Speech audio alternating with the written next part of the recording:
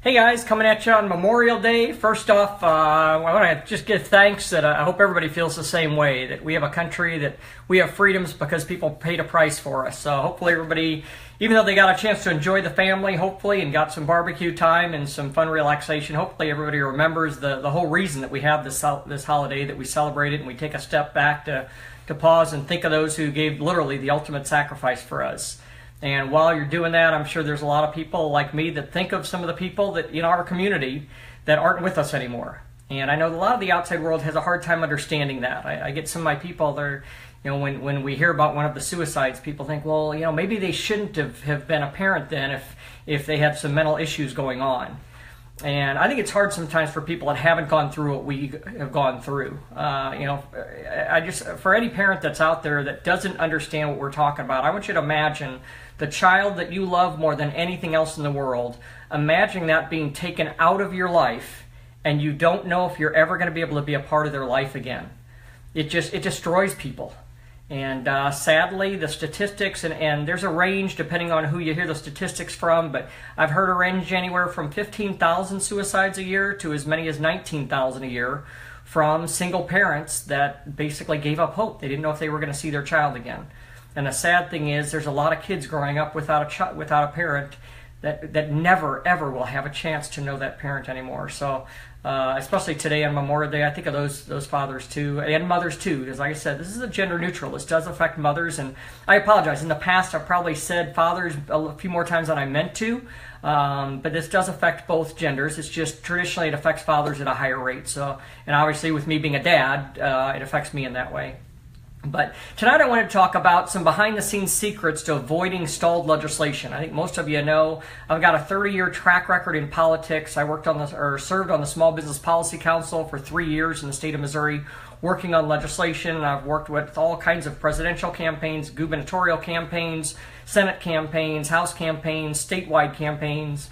So I've got a big background. I don't say that to toot my own horn, but just let people know I'm not just some guy that woke up one day and said, I'm just going to start making some videos out there. So some of you may have some more expertise than me, and I applaud you if you do. But my whole goal with this is, as I've said each week, we've got about 600,000 or more people within the community that are wanting to make a change. They just don't know how to make the change. They haven't been active. So my goal with this is to try and empower people, because there's a lot of people, I think, in our state of Missouri. The whole movement in Missouri, or the HB 1550 that got passed last year, that got so much national attention, that was started by a grandmother, Linda Reutzel, in Cape Girardeau. She didn't have a background in politics. She hadn't been groomed to pass legislation. She was just a ticked-off grandma that walked out of court realizing that her son just got a limited visitation basically every other weekend and part-time on Wednesdays with her granddaughter, and could not believe. So she decided, well, by golly, I'm going to stand up and make a change. Fortunately, Linda has some skills, I think, that just seem to be whatever natural for her that she has. I think there's a lot of people out there that just don't have those skills. So my hope is that I can empower other people. The beauty with this country is you don't have to wait for permission to try and get legislation passed. So it's not about me, it's not about Linda, it's not about Jeremy, and they would be the first ones to tell you, we want people going out there. And I see Chad just joined from Illinois. I tell you what, I applaud Chad. He really stepped up into leadership role in the state of Illinois and is making some great things happen there. We've got Nicholas and we've got Tom up in Iowa. We've got Kyle out in Washington. We've got Kenneth and Melissa down in Alabama. We've got Texas that is developing so many leaders, it's unbelievable. And I hate to mention names because I'm going to leave people out. But my goal is that, you're usually going to have a couple of figureheads that kind of rise to the top and help orchestrate things from a logistical standpoint. But it's not going to happen by one or two people. We're going to need teams of people in every state that you don't need to be an expert in all these points. I'm going to go through 15 points, and I'm going to go through them quick, too. So don't think, oh, my gosh, it's going to be an hour-long thing. It's a holiday. I don't want to watch this dorky guy that looks like Ben Stiller or Steve Carell giving a hour-long dissertation.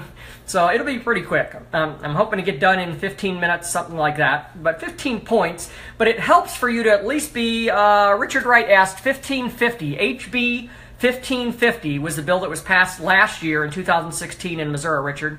But it helps if everybody has an idea at least of what these 15 concepts are, so you can all work together as a team. But I give an analogy, and I use sports analogies. I just like to use analogies so people can have sort of a hook to grab onto. But it's sort of like in baseball. Now, there's some fundamentals in baseball as far as how you stand, how you swing, how you hold the bat, things like that. But it's not, there's more than just that. Baseball is an art and a science. Yes, you do have to know how to hold the bat. You need to know how to swing the bat. But there's some extra things that you can do if you want to win that may not be so obvious to people who haven't studied it. Things like being able to understand, why would you do a sacrifice fly? Why would you bunt? Why would you steal a base? There's just certain things. So in passing legislation, there's an art and a science. And so many people, when they first get involved, they study the science, which is the legislative aspect. And that's the one with the details. That one's pretty straightforward as far as the logical steps it takes to pass a bill. Unfortunately, if you think you're going to get a bill passed based on only the merits, it's not going to be happening. You're going to be sadly disappointed. And if you don't believe me, talk to any of the people that I just mentioned or anybody who's been working on this for over the last few years. Bills get started and get going, we get some momentum, and all of a sudden, boom, they get stalled. And as I go through these 15 points, I guarantee you, one of these 15 points you're going to be able to point to and say, oh, that's where it stalled for us. We didn't have this component. So I'm going to give you 15 different components and strategies that have to take place from a political strategy. As I said, you need two strategies.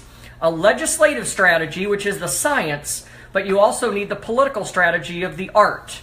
That is what goes on behind the scenes. The stuff they don't really talk about, that it's hard to teach, but you just sort of have to know and pick up. So I'm going to give you a couple of things.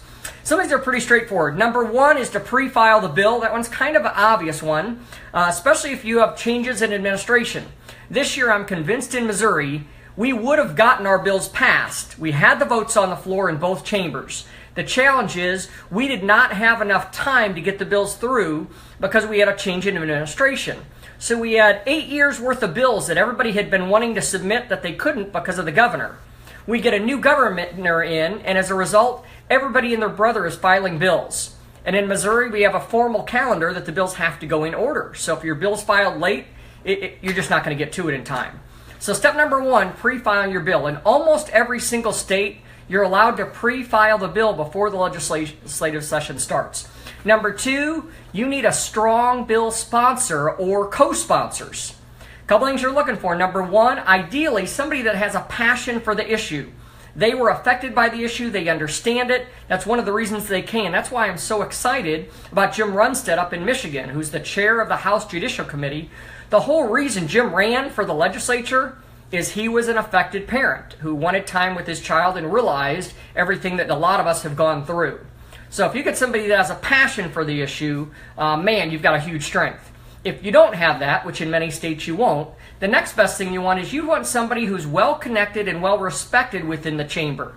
Whichever chamber you're talking about, whether it's House or Senate. Just because they're your state rep, if they're a little passive or if they're a freshman and they don't know a lot of people, that may be a little hard for them to carry a bill their freshman year. You want someone that has a little bit of experience, that understands the process, that can actually drive a bill through. Third thing, you need to have strong relationships with the Speaker of the House and the committee chairs of any committee that your bill could go through. Most states, there's one of 3 committees. Every state will have a judicial committee, so you need to know the chair of your judicial committee. Every state will have some form of a families, seniors, children, something like that committee. And most states will have a general laws committee. So those 3 committees, you need to know who the chairperson is for those 3 committees and get a relationship with them and get it going good. Number 4, you've got to leverage relationships. It's almost like playing chess or playing pool, where every shot you take lines you up for the next shot. That's what you want to do here. Anytime you're meeting with a legislator, if they indicate that they're even remotely positive, you want them to give you a referral of other legislators that they think may be open to helping out. And ideally, you want them to make the phone call of the introduction, either them or their legislative assistant. If you just cold call on someone who's not your state rep or state senator, they probably will give you some time. But you don't have near the credibility as if someone else has already opened the door.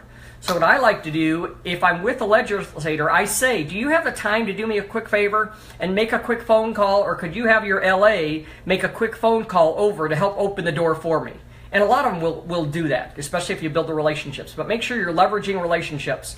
Number 5, you need to know the background of every legislator you're going to be talking to. You need to know, have they been affected by this issue? Are they a member of the Bar Association? Are they an attorney? Who are their big contributors? This is one thing a lot of people don't understand. And there's not anything shady about this. It's just like anything else. If someone helped you get a job that you really like, and they really opened the door for you in getting that job, wouldn't you like to do a favor for them? Not anything under the table necessary or anything like that. But in political campaigns, people appreciate the people who are out knocking on doors and raising funds for them. So you need to try and find out, it's the 6 degrees of separation.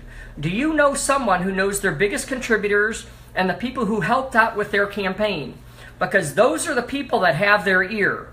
That when there's an issue going on, those are the people, those phone calls get taken. And not that there's anything necessarily under the table, it's human nature. We like doing business with people that we already know and have a relationship. Those people have the relationship. So if you can get a relationship with the contributors or the campaign workers, they've got the ear of the legislator. So find out who those people are. Find out what their hot button issues are. Are they Second Amendment people? Are they pro-life people? Find out what you need to know, what other issues that they're interested in, and find out who their mentors are, especially if they're in a state with term limits. If they're in a state with term limits, especially if they're a freshman or a sophomore, they've got mentors that they're asking advice to. You need to know who those people are, that I call them the people pulling the strings, or the puppet on the strings. And once again, not in a bad way, it's just that's the way it is. Normally, if you're brand new at something, you seek advice from someone who's gone ahead of you. Number 6, and this is critical, you've got to have good, positive relationships with all their staff members. In most situations, it's a staff member who's going to be taking the lead for a lot of this for you. And once again, you have to have positive. Don't ever intimidate. Don't threaten them. I'm always amazed at how many people that want to go to protest at a Capitol. And I'll ask them, how many legislators did you meet with before you started protesting? Well, none. And I'm thinking, isn't that rude? Wouldn't you think you would at least take the time to meet with a legislator, educate them, build a relationship before you protest? If all you do is protest, you're turning them off by your protest. You're not winning any friends. So the key is build relationships with these people.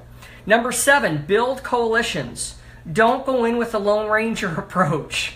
It's just like a presidential campaign. You're pulling people from all kinds of issues. And some of you know I've worked on a lot of presidential campaigns, and I know some of you may not have liked these people, so I'm okay with that. And the beauty of our movement and our community is the fact that we've got people from all backgrounds. We've got black, white, young, old. We've got Democrats. We've got Republicans.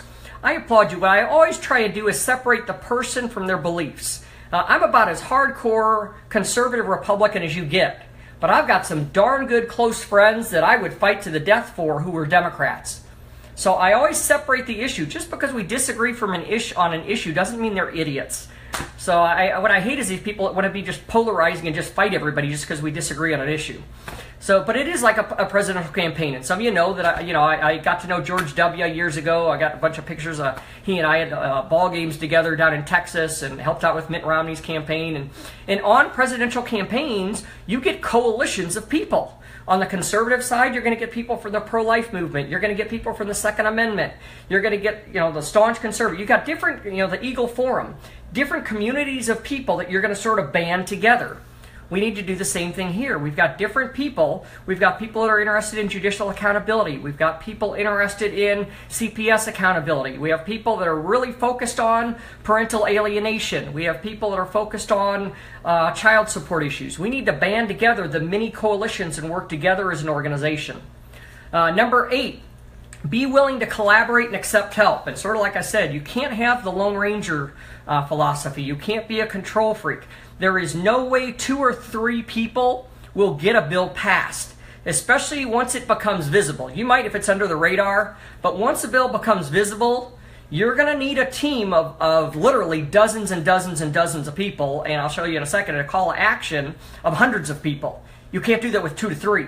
So you've got to be willing to collaborate. You've got to understand the personalities. Every one of us comes in, and I don't have time to go through a personality temperament educational seminar here, but I would recommend you read Florence Littauer's book on personality profiles, where she talks about the 4 personalities. All of us come into this with our own bias, and we want to go in only focusing on that personality trait. You've got to accept other people. Matter of fact, and most people that come into this that lead legislation come from a choleric standpoint.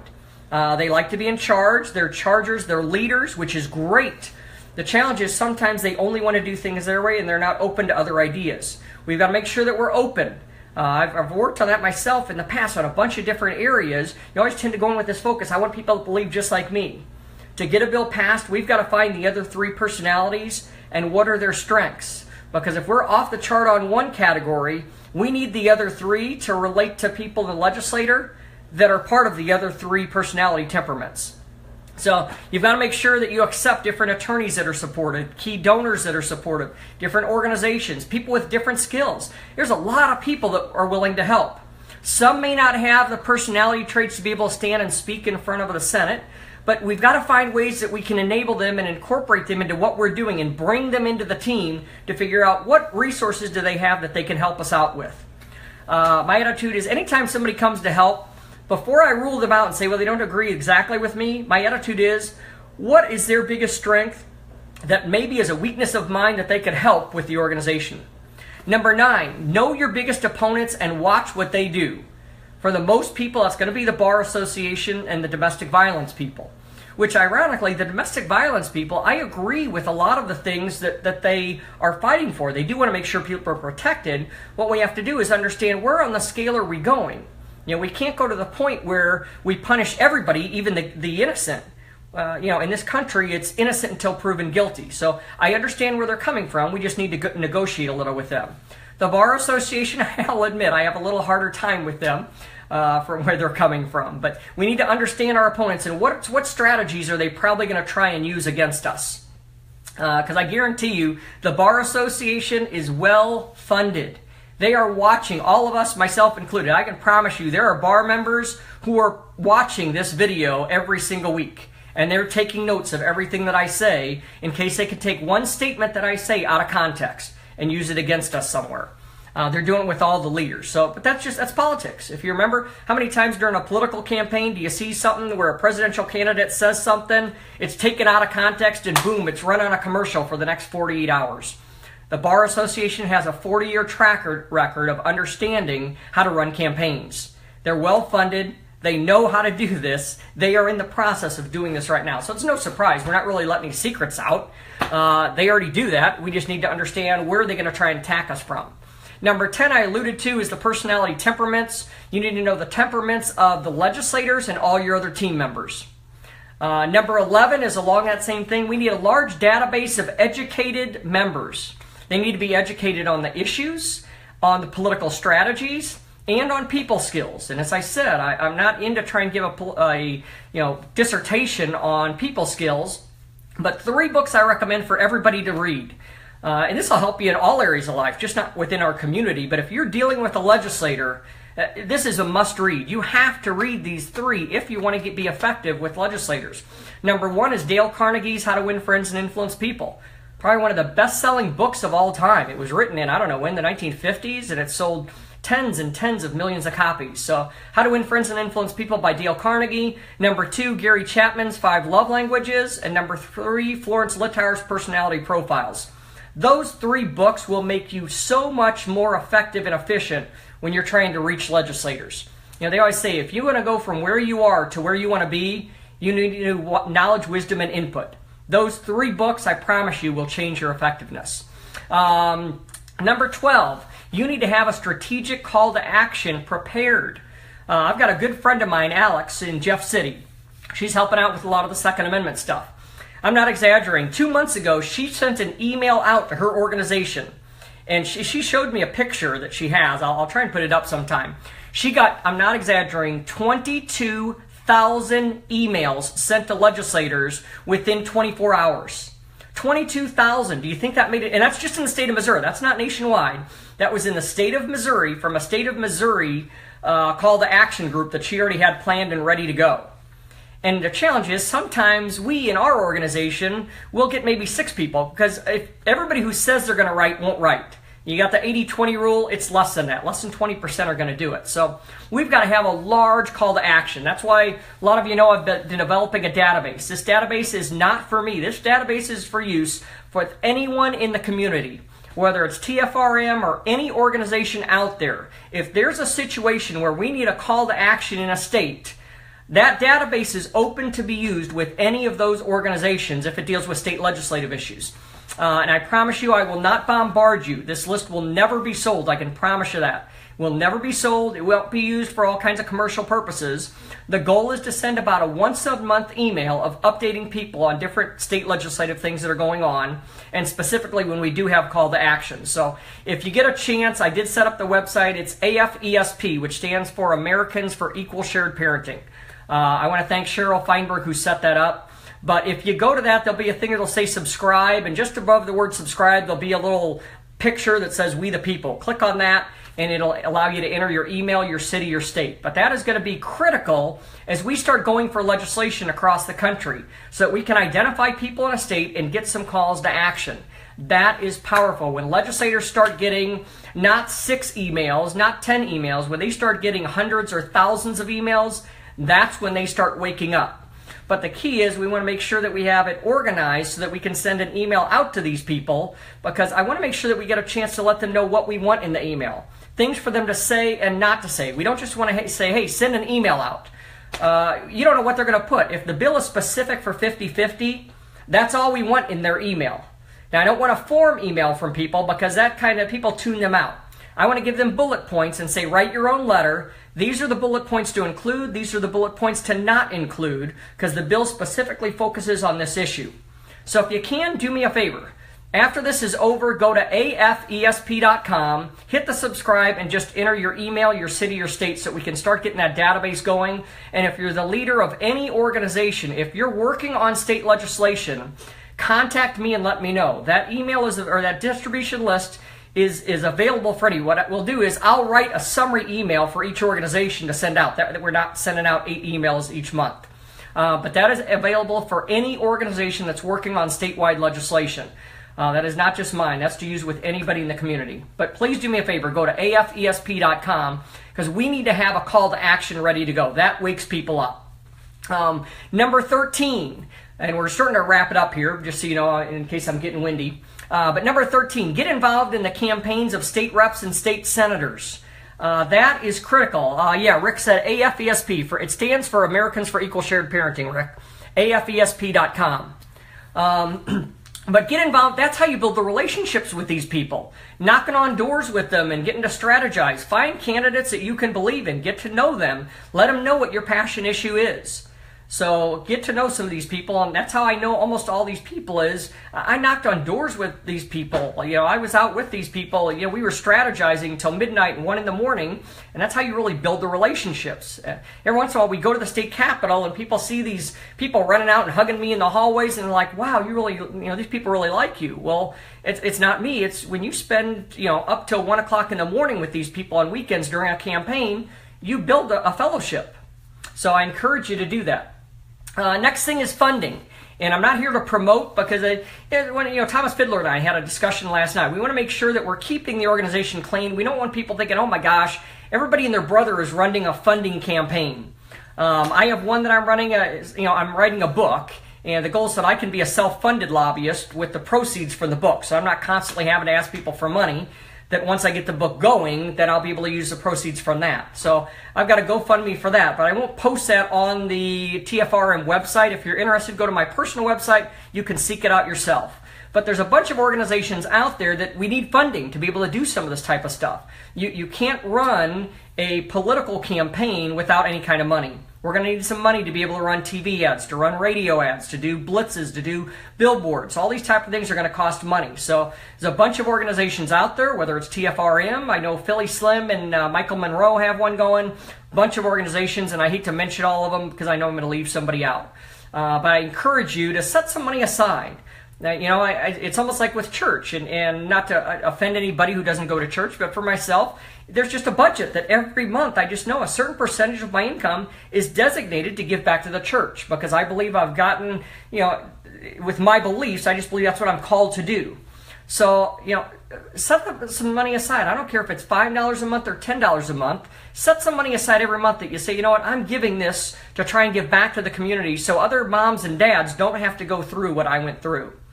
And point number 15, which is the last one, is media relations. And I'm going to be covering this in depth next week. You've got to have a strategically orchestrated media campaign. And you've got to strategize it ahead of time. You don't want to be, on the spur of the moment calling these people. You've got to build relationships with the different people in the media. And I'm not going to go through a lot of detail now because, like I said, next week I'm going to cover very much detail on how do you build relationships with media, how do you talk to media, how do you do sound bites, because you realize they splice and edit, and you've got to make sure that you talk in a manner that cannot be spliced and edited in a way that you did not want it to come across. And a prime example, watch how Fox News and CNN reports the exact same talk. You can watch somebody give a talk and you get a totally different interpretation. I don't care if they only say 2 sentences. Those 2 sentences are totally different on CNN and Fox. And I don't care which side you believe, they're totally different. Same thing happens. A lot of people think, oh man, I'm going to be on TV or I'm going to be on the radio. They interviewed me. Be very careful. A lot of times they have a strategy and a message that they want to convey. They can splice and edit your talk to fit their narrative that they're wanting to do. So I'm going to give secrets that I've learned over the years, because I've done a lot of media relations thing over the years, a lot of PR campaigns, of secrets of things to avoid when you're talking to the media to sort of give you an edge. Just the last 2 real important reminders are sort of governing all these 15 points. Number 1, remember, don't sabotage your own efforts. I realize there is a time for protesting. Protesting may have more of an edge when you're talking about judicial accountability or CPS accountability or something like that. When you're trying to get a bill passed in a legislature, there is really no point for protest. You have to be very, very careful of that. You will get people running from you. And I hope I don't come across as a know-it-all, but guys, I've got a more than 25 years, almost 30-year background in working in and around the Capitol. And I'll just tell you, out of the hundreds and hundreds of legislators that I've worked with and know, protests do the reverse of what you think. And the last thing is never lose your temper. You can't do that no matter how steamed you get. And I understand. I know it's a passionate issue. When your kids are taken from you, I know what it feels like. I know the frustration that you just want to scream and yell. You can't do that, though. You can't lose your temper. Don't threaten people. Don't say, I'm going to get your job. Because sometimes the legislator that you're threatening will become the next chair of the committee or the Speaker of the House that you're going to need next year. You don't want to burn your bridges. So as I said, next week I'm going to be talking about how to effectively deal with the media. Do me a favor, like, comment, and share on this post. And there's a strategic reason for this is Facebook has a different logarithm, and it counts how many times people like, how many people comment. We're wanting to get this message out. And as I said, it's not for me. We want to get the message out so people realize we are a viable entity, a viable community with a viable issue. The only way to do that is for them to start seeing our counts go up. So do me a favor, share this on your personal page, share this with every organization that you're a part of within the community. We need to make sure that people are seeing this to watch this. We need people, as I said, this is not the Mark Ludwig Show. This is a community of people that are now educated and they don't need me. They can just take the notes and they can run with it. So please share this message on your personal page. Share it on any organizational page that you have.